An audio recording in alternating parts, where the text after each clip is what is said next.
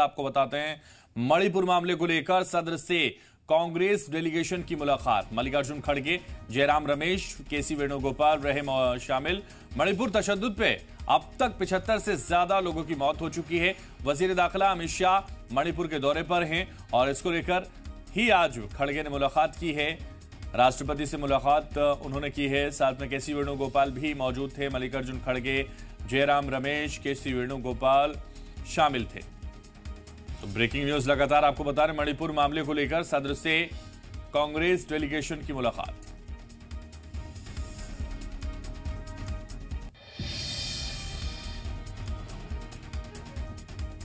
तो मणिपुर मामले को लेकर सदर से कांग्रेस डेलीगेशन की मुलाकात। मल्लिकार्जुन खड़गे, जयराम रमेश, केसी वेणुगोपाल ने मुलाकात की है।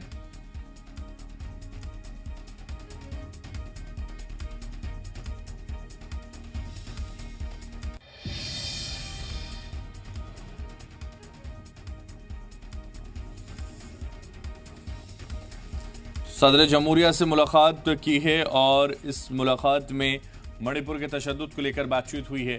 मणिपुर तशद्दुद में अब तक 75 से ज्यादा लोगों की मौत हो चुकी है।